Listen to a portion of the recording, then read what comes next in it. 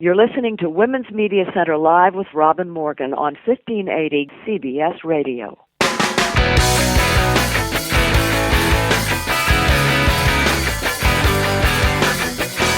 Welcome to Women's Media Center Live. I'm Robin Morgan.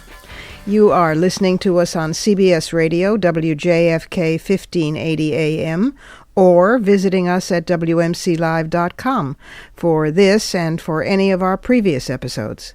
Look for WMC Live on Facebook and Twitter, and you can now stream, download, and even subscribe to our show's podcast worldwide at iTunes. In the spirit of real sisterhood, the Women's Media Center welcomes Women's Media Center Live's guests this week. They are four colleagues who also fight the good feminist fight to transform various aspects of media. Their focus, their emphasis, or their approaches may sometimes differ from that of the Women's Media Center, but always we're on the same side, battling media sexism and racism and isms and fighting to amplify women's voices, to the benefit, I might add, of intelligent men, too, and the benefit of excellent journalism and democracy itself. We'll get to them in just a moment. But first we need to look inside the headlines.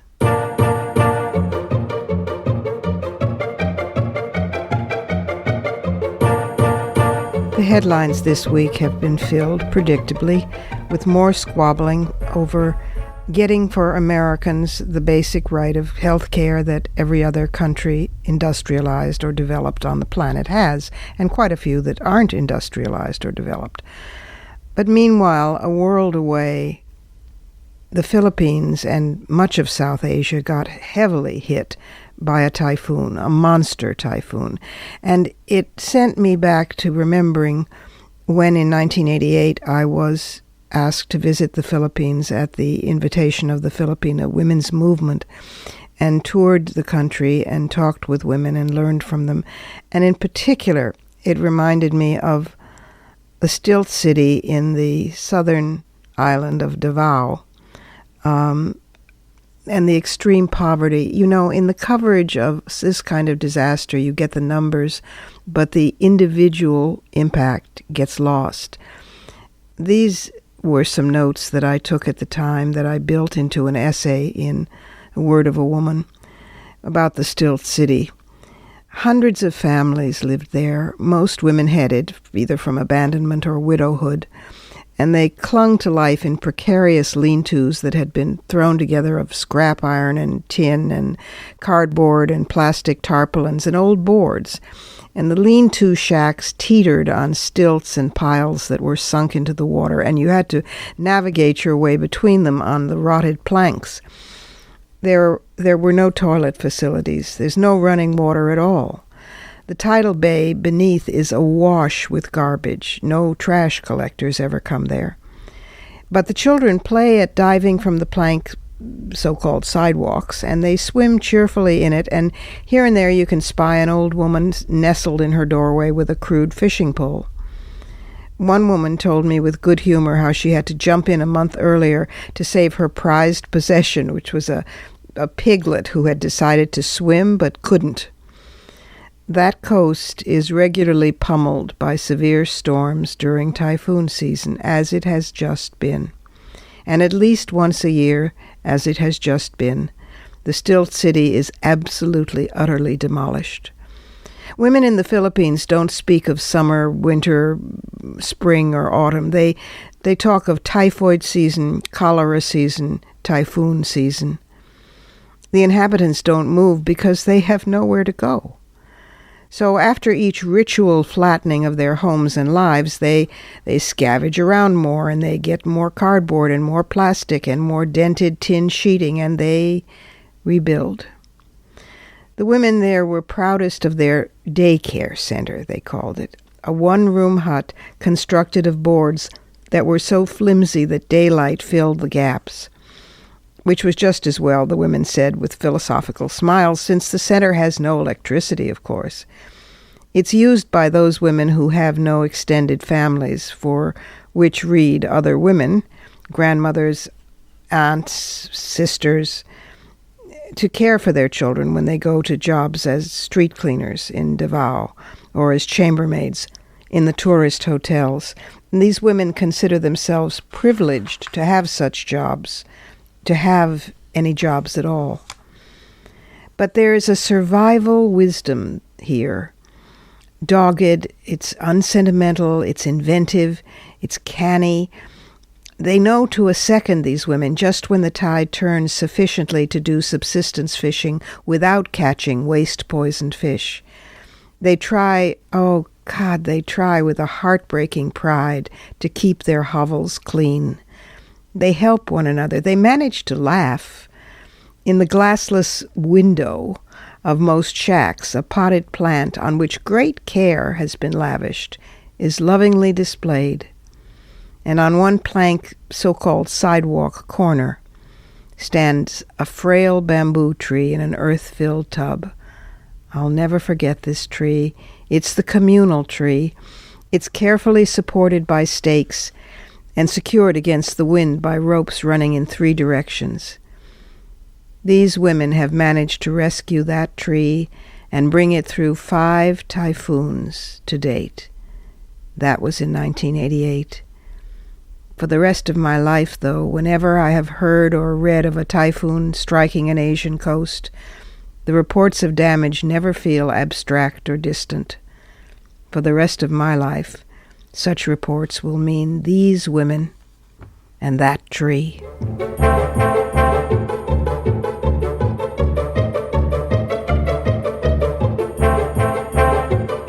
And now to our first guest.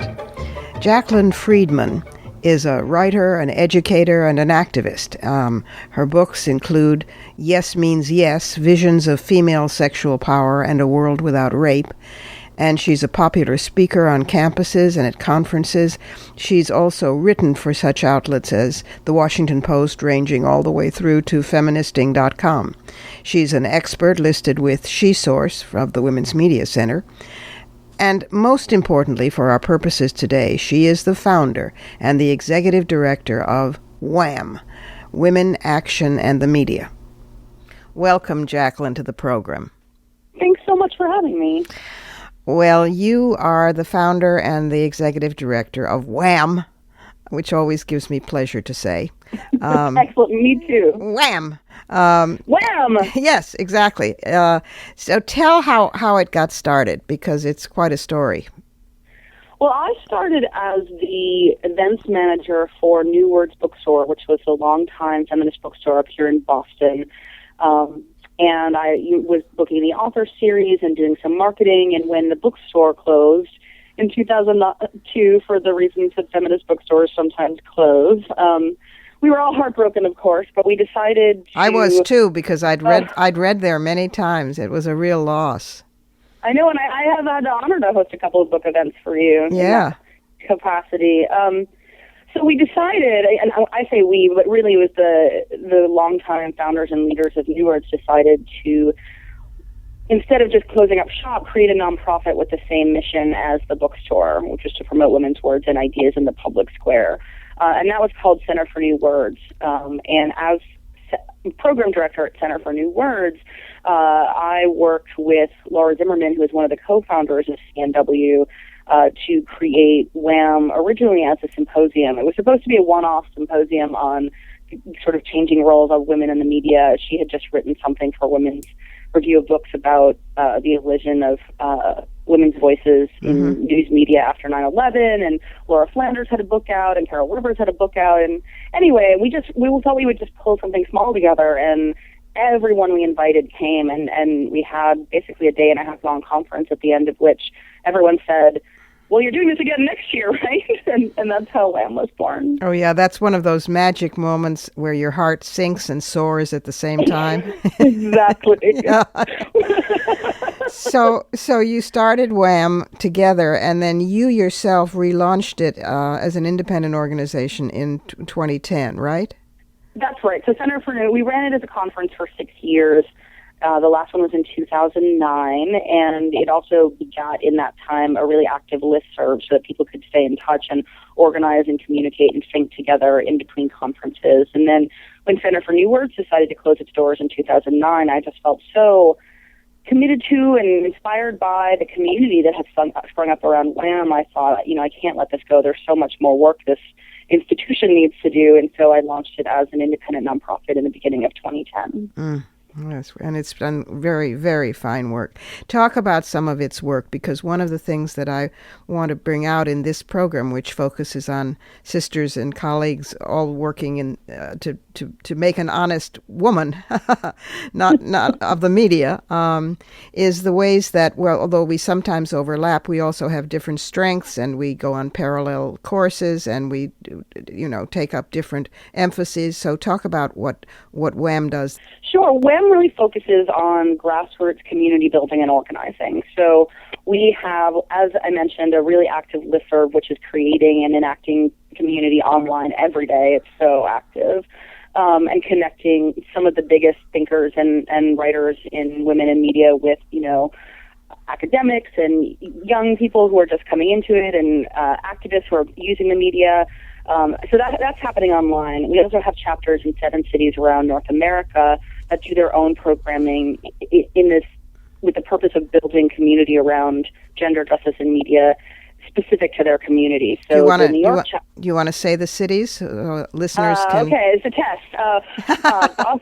Boston, New York, Chicago, LA, Boston, New York, Chicago, LA, Vancouver, Ottawa, DC. I think that's all of them. Wow. I've got some more there's Toronto and San Francisco and Seattle are all kind of in the works right now, but haven't launched yet. Mm-hmm. And each one of them does sort of really specific to that community. So the LA chapter, as you might imagine, really focuses on supporting women in the entertainment industry, whereas the New York chapter is more focused on women in journalism, and the Vancouver chapter is really grassroots activisty, going out and do actions in Vancouver.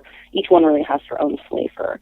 And then this year we've just launched the project that I'm possibly most proud of, which is WHAMCAN, the WHAM Community Action Network, which is drawing on all of those communities that we've been building to do direct action to change the status quo on gender and media. So we've done 2 actions this year. The first is the one that people most likely have heard of, which was our #FBRape campaign, where we called on and insisted that Facebook treat rape promoting and glorifying content as hate speech. Yes. Facebook already had a policy banning hate speech, but there was all this content, as you know. I know you've been working hard on this issue for a long time, Well, too. I was going to bring that out and say that Jaclyn, to say to the listeners that Jaclyn was one of the 3 women who pioneered that campaign and did us all a huge favor. Not that it's solved, but it is still, Facebook is now addressing it, and they're the only social media platform of that size that has even begun to address it. So, and that's because of action from the women's movement that was started by you and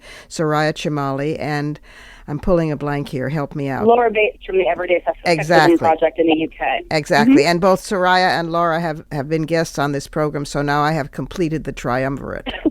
Excellent. Anyway, go on. I didn't mean to interrupt. No, so that was really exciting for us, and we had the support and partnership with over 100 women and social justice organizations, including Women's Media Center, and that really made all the difference. And our model is always collaborative and cooperative wherever it can be. We're all stronger together. Yes, we are. Which is why I love this series that you're doing. Oh, thank you. And then we followed that up with an action against Clear Channel, the mega media conglomerate who was banning. So Southwind Women's Center is the new women's reproductive health clinic in Wichita, Kansas. It reopened in the same exact location that Dr. Tiller operated in before he was assassinated. And she's been on the program as well. She's amazing. Julie, yes, she's amazing. And Clear Channel they're real baddies. They're real right-wing baddies. They run Rush Limbaugh and Glenn Beck, and so we got word that they were refusing, the 3 Clear Channel radio stations in Wichita were refusing to run ads for Southwind services. And the ads were like safe as kittens, right? Like they Yeah. didn't say the word abortion, God forbid, right? It was like, we have services for women. Our doctors are certified, right? It was Yeah. these Women's controversial health. ads. What could Right, be exactly. women's health? You want women to be sick? Well, yes, they do. So we collaborated with Southwind on a campaign that lasted a month and a half to get those ads back on the air. We employed a lot of different tactics, and that was a much longer slog, as I think most of them will be. But I'm happy to say we also prevailed in that one, and Clear Channel is currently right now running ads for Southwind so that the women in the Wichita area can find out that those services are available. Hooray. Isn't it nice to win some for a change? It Oh. really, there are days when we think, I don't know about you, but I think we haven't made a dent. And then there are days when I know we have made a huge gouge, and we continue to, Yeah, well, and our hope also is not just the individual wins, but exactly that the women who participate in our actions, or even people who see our actions, can think, not just, hey, that's terrible, and then sort of that's the end of the thought. If you see sort of injustice in regards to gender and media, we want folks to say, hey, that's terrible, let's do something about it. That's right. And they do. They are, action is contagious, and so they're forever changed by that, It's beautiful. Unfortunately, I have to go. We have to go.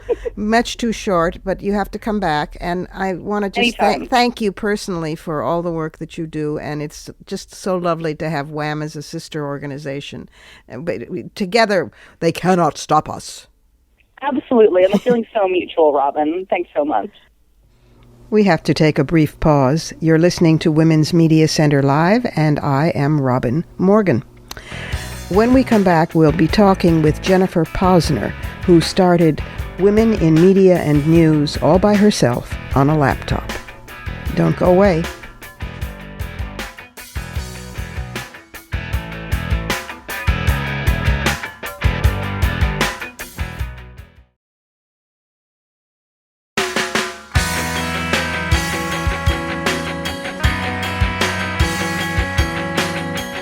You're listening to Women's Media Center Live with Robin Morgan on 1580 CBS Radio. Welcome back. You may have heard Jenn Pozner appearing as a guest on Fox News or on The Daily Show as a pundit on media. You may have read her work as a journalist in mainstream publications like Newsday or Chicago Tribune or even Ms., but she's also written a lot for new media online. She is the former director of the women's desk at the national media watch group FAIR, all of which led her in 2001, sitting on the edge of her bed in her Brooklyn apartment, to found Women in Media and News on a laptop. Welcome, Jenn, to Women's Media Center Live. Thank you, Robin. Thanks for having me. Let's start off so that she doesn't get lost with the Jenn Pozner, who is a book author, and talk for a minute about the book, which is still to me a new book, even though it's been out a few months. But tell our listeners about it, because it's an important book.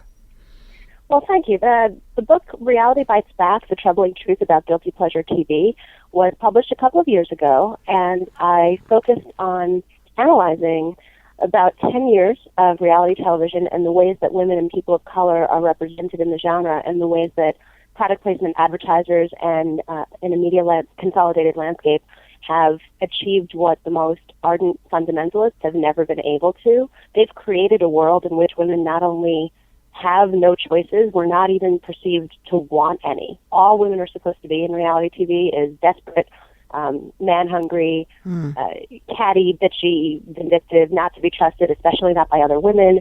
And it's even worse for women of color, who are portrayed as hypersexual and angry and quote-unquote ghetto, often even violent.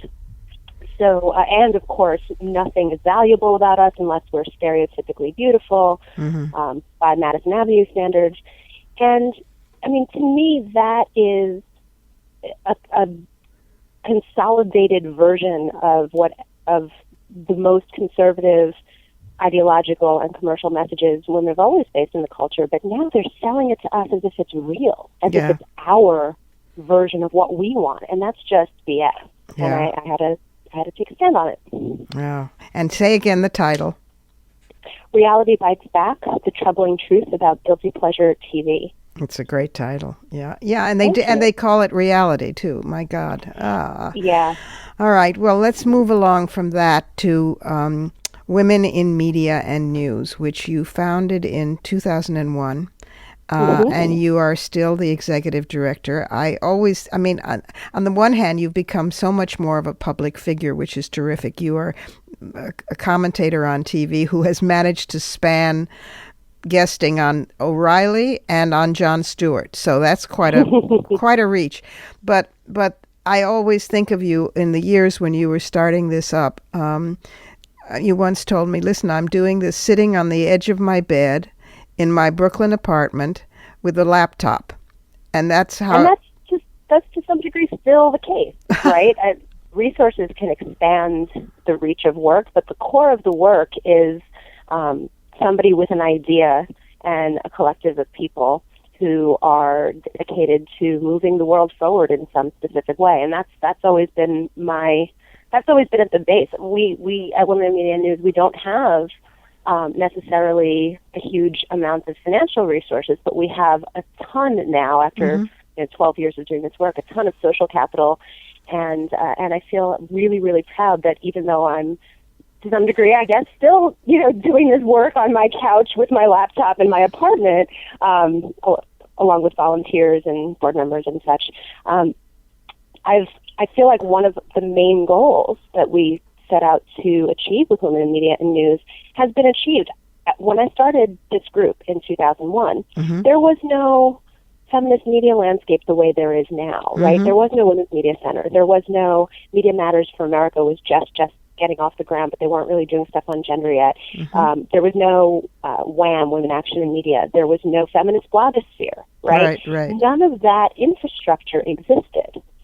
The reason that I founded the organization was because I felt like it was incredibly important to transform the media landscape for women, and to do that through media analysis, media education, media literacy work, and media justice work, meaning working in coalitions around media policy reform and changing around the infrastructures of media.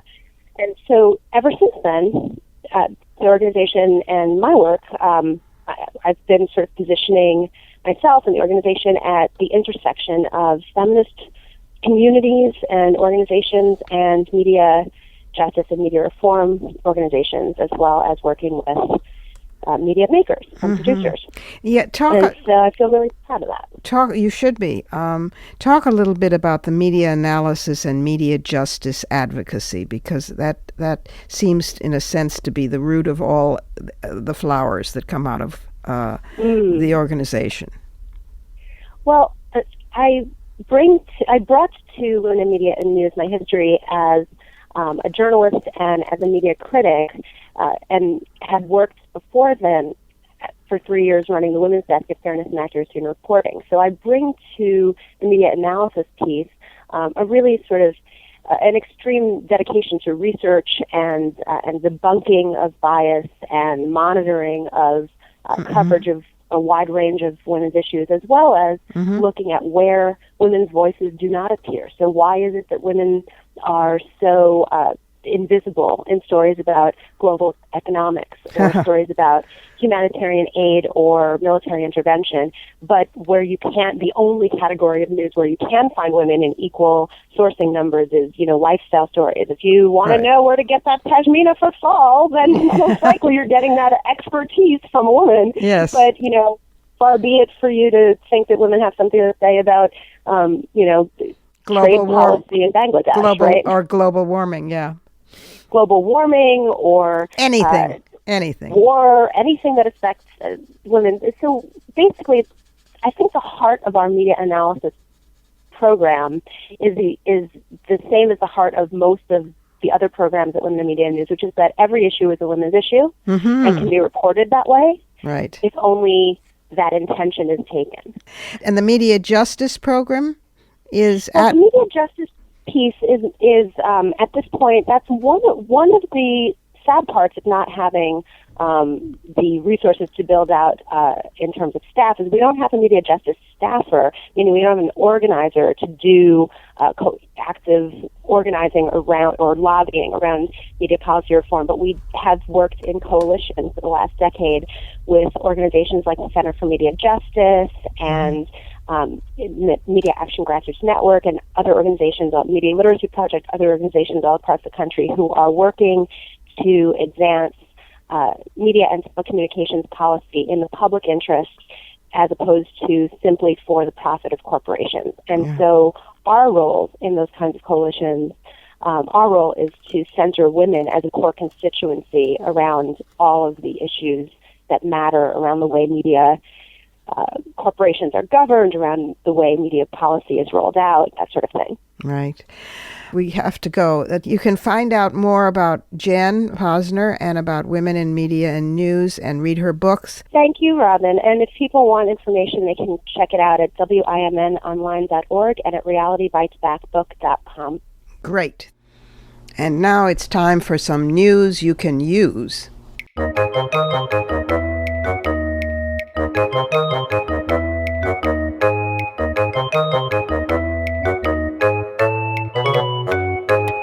A group called Women's Voices for the Earth has kicked off a new campaign to target Procter & Gamble, the makers of Tampax and Always, to disclose the ingredients in tampons and pads and to eliminate toxic chemicals from them, and also to encourage consumers to demand more government oversight of this $3 billion, quote, feminine care, unquote, industry.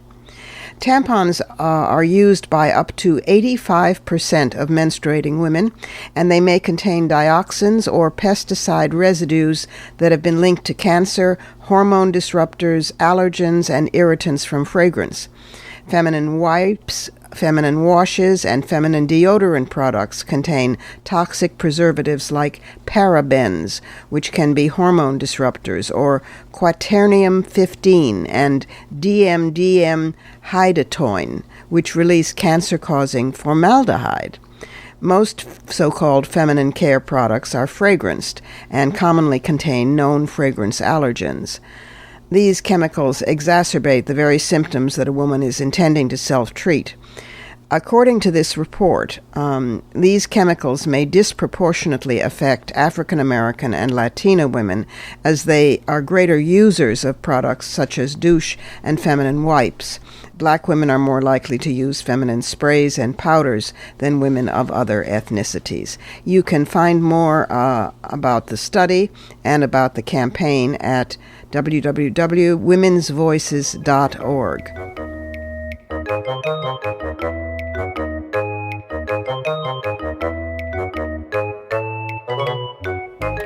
We have to take another brief pause. I'm Robin Morgan, and this is Women's Media Center Live.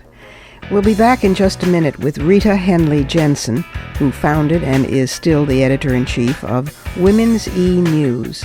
Just imagine if there were a women's news service that focused on women, the way that supposedly general news services focus on, I don't know, guys.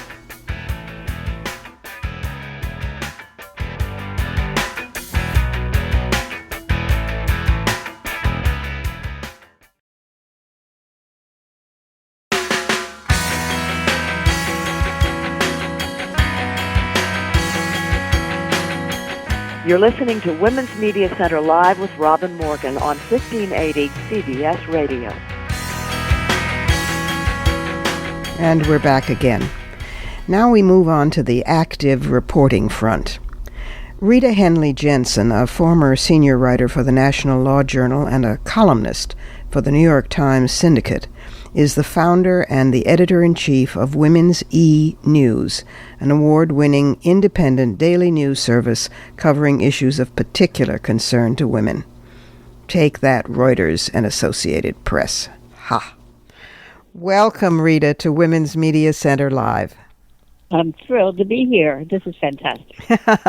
Well, if ever there was a sister organization, Women's E-News is it.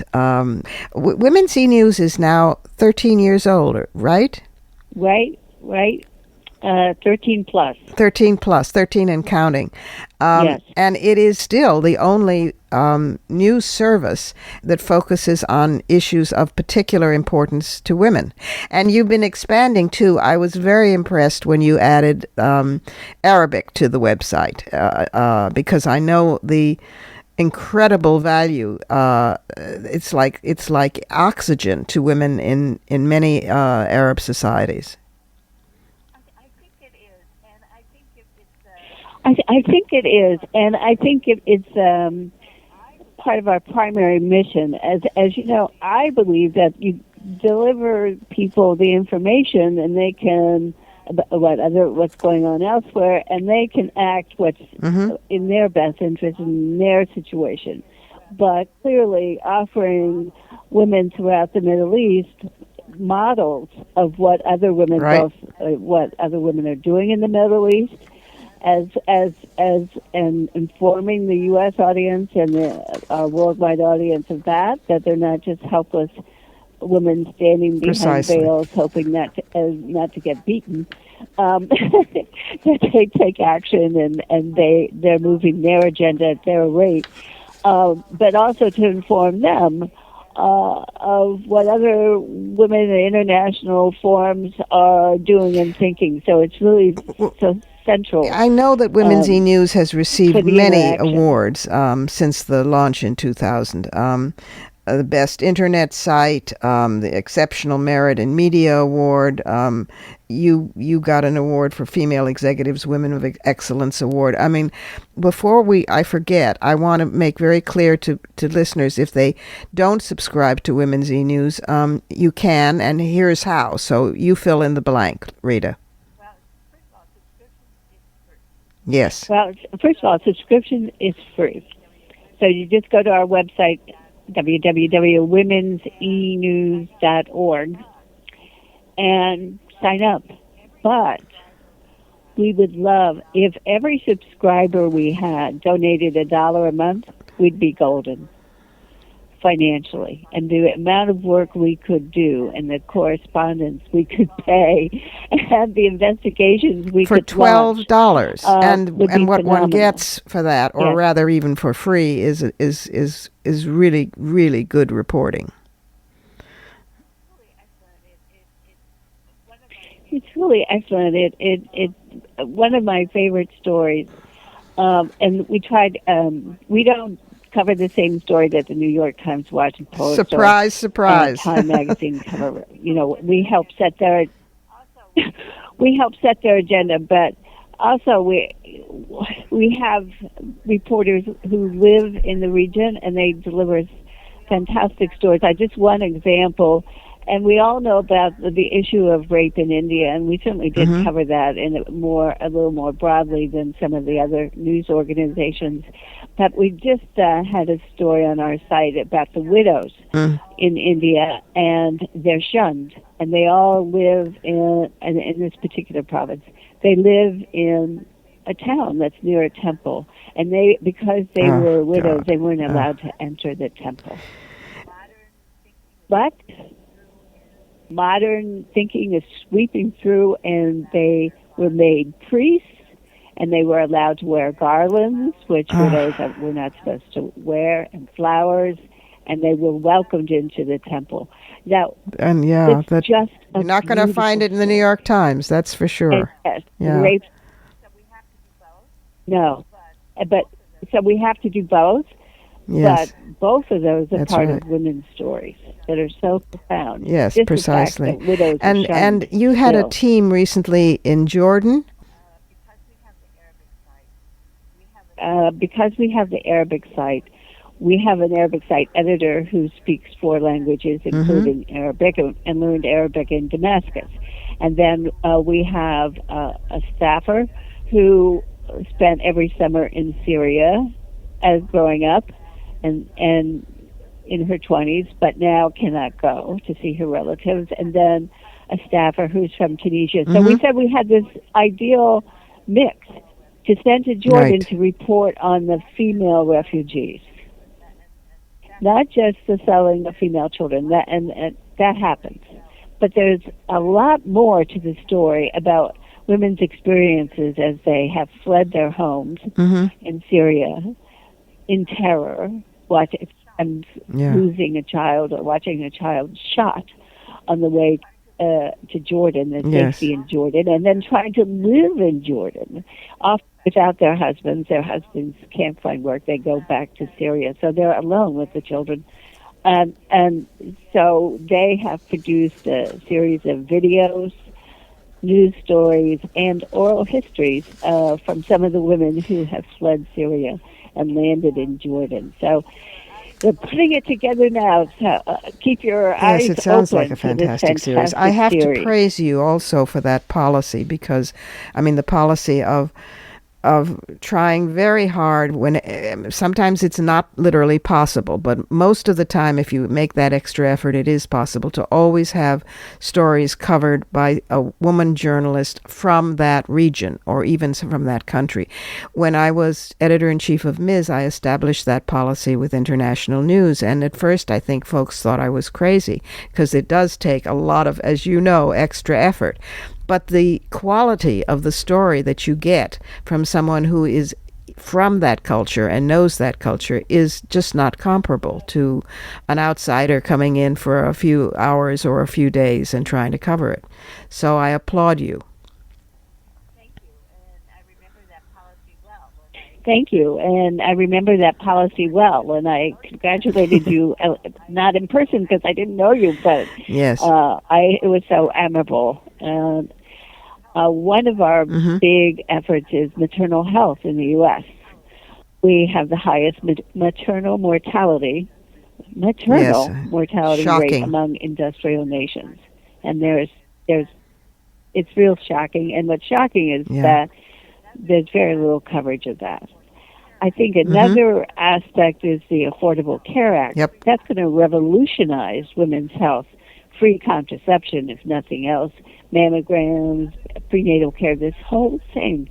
The other news media has not covered what probably is a central sticking point. That's right. Access to reproductive health.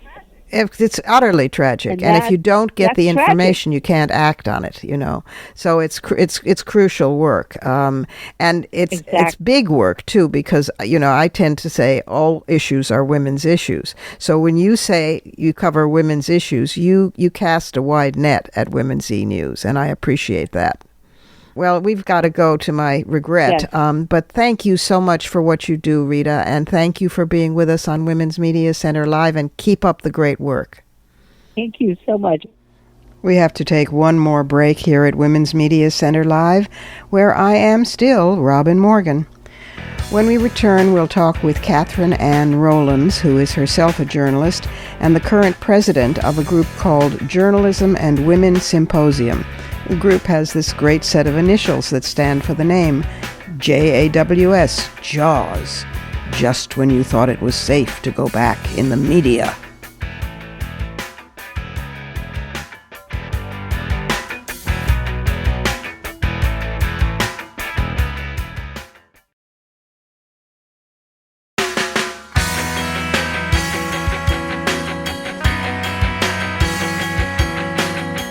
You're listening to Women's Media Center Live with Robin Morgan on 1580 CBS Radio. And welcome back once more. Katherine Rowlands is the East Bay Metro editor for the Bay Area News Group, which includes the Contra Costa Times, the Oakland Tribune, and the San Jose Mercury News, and their websites. She's also the current president of JAWS, Journalism and Women Symposium. The group supports the professional empowerment and personal growth of women in journalism nationally and works toward a more accurate portrayal of the whole society. Welcome, Katherine, to Women's Media Center Live. Thank you very much for having me. I'm delighted that you've joined us. You are the current president of Journalism and Women Symposium, otherwise wonderfully known as JAWS. I always want to say... Great name, right? Great name. Dada, dada, dada, dada in the background music. Tell our listeners about JAWS. There's nothing like it. It's very special. JAWS, for me, has been very inspiring in my career, but it was a surprise because I had never heard of it until about a decade ago, when a woman who was serving as one of my mentors told me about it. And this has been sort of its history, where it began 30 years ago almost, and has grown largely by word of mouth. But of course, with social media and various website redesigns and a whole lot of regional events, as well as our annual conference, the word has spread, and that's very encouraging to me, because it's given us the critical mass to help more women in journalism. And really, it has become an important network and support mechanism for women in all types of media to progress in their careers. It's invaluable, and that it's 30 years old, which I hadn't realized. So it is the mother of us all the women's groups that work to try to transform media. But tell about, JAWS Camp, because JAWS Camp is famous. Once a year, we put on what is really a conference, but it's unique and special in its own way, because of the women who are part of Journalism and Women Symposium. I think on the one hand, it's an opportunity for women who are working hard all year long in their newsrooms, or more and more these days as freelancers, to get together and talk about what it's like to be in their newsrooms. And, there has been a lot of discussion about how to support each other. Now, in the early days of JAWS, women often really did feel very alone and isolated, because they may have been the only ones who were out reporting or on assignment or advocating for themselves to get better assignments and better pay. And it wasn't until they actually came together once a year that they realized that there was lots of commonality in their experiences. And by talking about it together, they were able to find some solutions as well.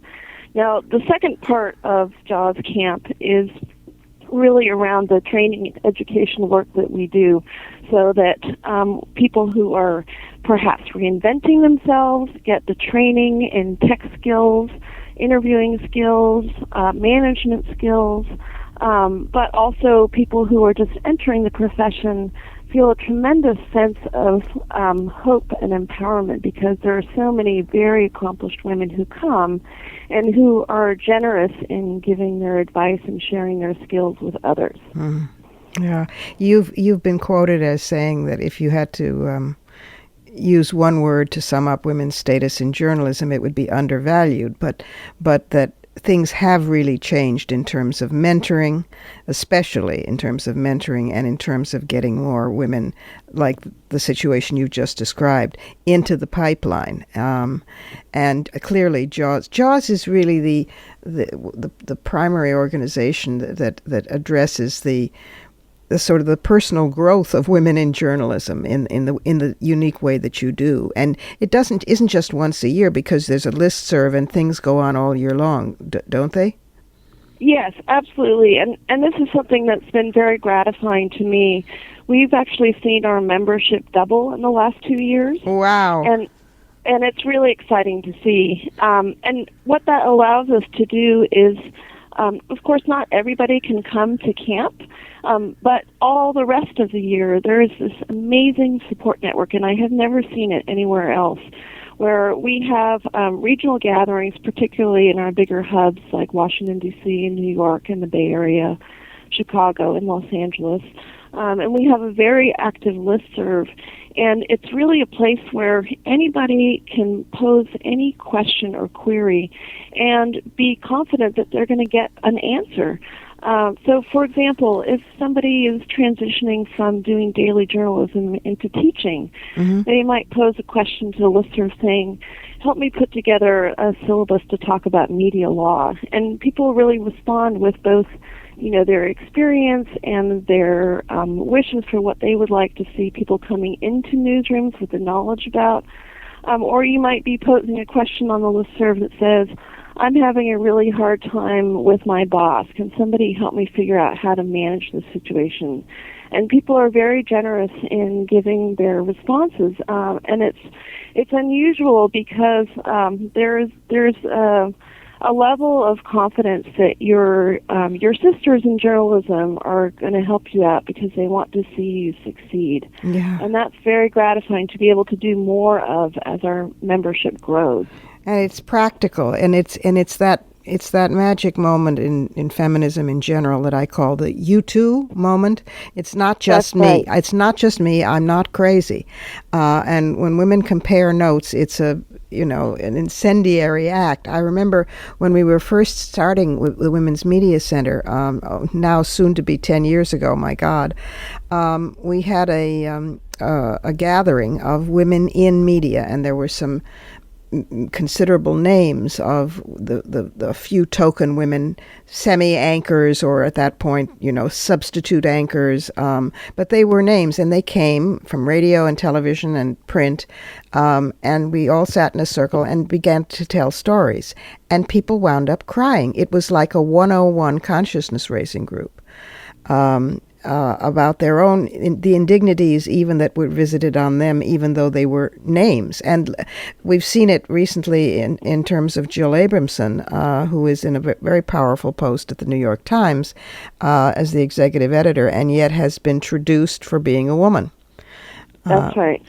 Well, she, as you know, spoke to our conference this year. I do. And I thought it was very interesting to hear the reaction of women in the room listening to her speak, because it was an opportunity to humanize her a little bit, if you will, because, of course, she has this very powerful and high-profile position. Mm-hmm. But she engaged with the audience and our membership in a way that made people really feel good about having more representation. And, of course, she was gracious in hearkening back to the hard work that some of our founders did in their careers in staking a claim for equality mm-hmm. and for the ability to have the same opportunities as men. So giving a nod to people like Betsy Wade was really important. And she also did a really nice thing, which is to reach out to the very young women in our audience who are so hopeful about their own careers as they start out, and to be called on to be able to ask a question, to be able to engage in conversation, to ask what it's like to have this position or another is really an important moment in anyone's early career, because it gives you a sense of ambition and an ability to say, yes, I can do that. Absolutely, absolutely. Oh, regretfully, we have to go, but I thank you so much, not only for everything that you do with JAWS, but also for getting up very early to do this interview, early in California time. And people can find out more about JAWS. It's online at www.jaws.org, right? That's right. And we just launched a new website, in fact, where you can find recaps of all of the sessions that we had at our conference. Thanks again, Katherine. Thanks so much for being with us on Women's Media Center Live. Thank you very much. And now it's time for Fighting Words.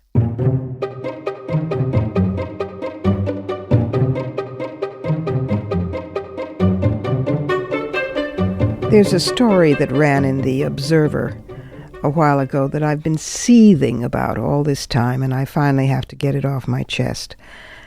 Nothing makes me quite so furious as hypocrisy. I don't know about you, I can stand almost any kind of hard truth, but just don't play games with it.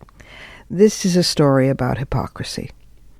So picture a very elegant bar in like a glitzy 5-star hotel, in a tourist resort, where you look around and it's pretty obvious that every woman in the place is a high-end woman working in prostitution, and that the men are probably all Johns.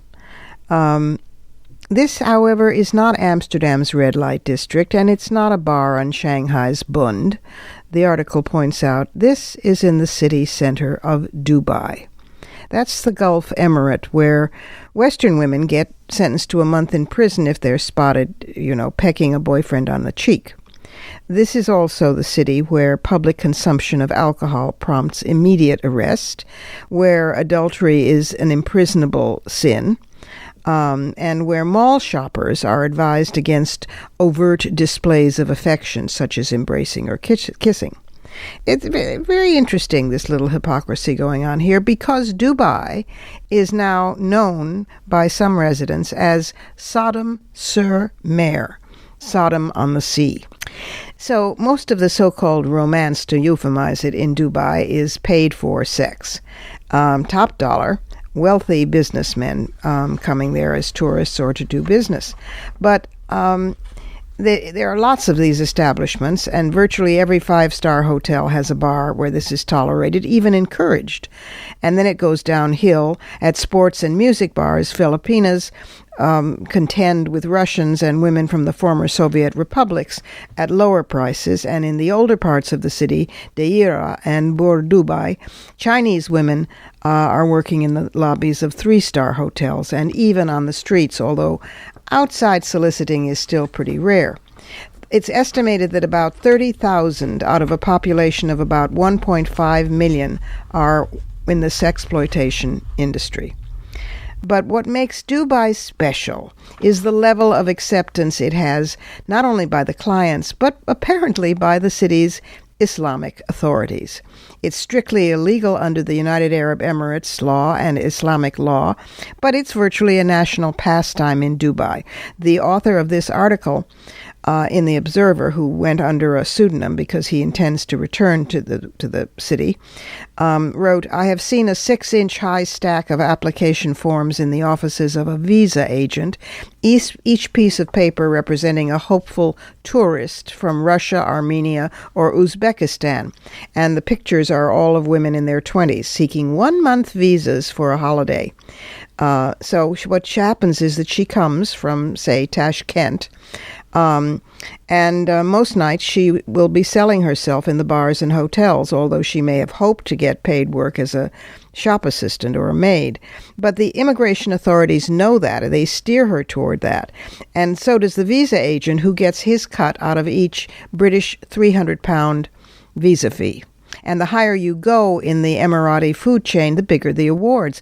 All UAE nationals are entitled to a number of residence visas, which they routinely use to hire imported drivers and gardeners and cooks, etc. But they will sell the surplus to middlemen who trade them on to women who want to go full-time in the city. And the tighter and the social and financial status of the Emirati, the more visas he has to farm out. So thousands of women buy them because 3 years in Dubai is it's the difference between lifelong destitution and survival back in Omsk. By the way, the Saudis are high on the list of the Johns because, of course, they're looking for a weekend of distraction from life in their austere Wahhabist homes, and therefore they pop next door to Dubai, where there's booze and sex-fueled vacations. Selling sex is haram, forbidden under Islamic law, but the authorities don't do anything about it. Occasionally, if some establishment breaks the law and is too blatant, like Cyclone, which was a notorious brothel near the airport, they get closed down for a while, but it just relocated to another place. So the hypocrisy of Dubai, which calls itself the Switzerland of the region, is also Sodom sur Mer.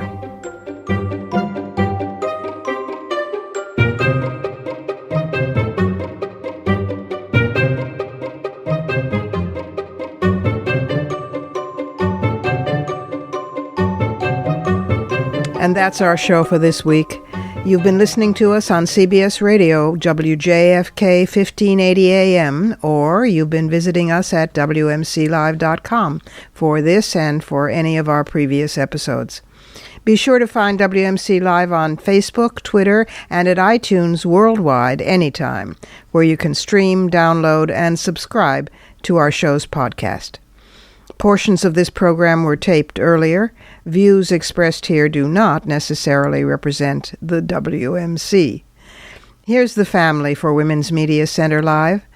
WMC President and for this program Executive Producer Julie Burton, Senior Producer Crystal Williams Chancellor, and our founding sponsor Regina Kulik Scully. I'm Robin Morgan.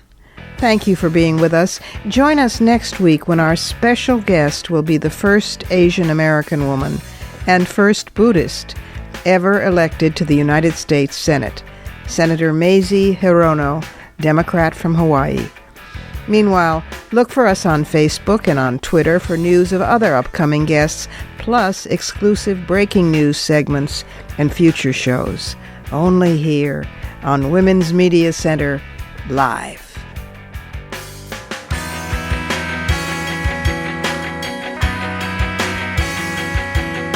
For the smartest talk about news, politics, sex, books, religion, race, and more, tune your radio to Women's Media Center Live with Robin Morgan.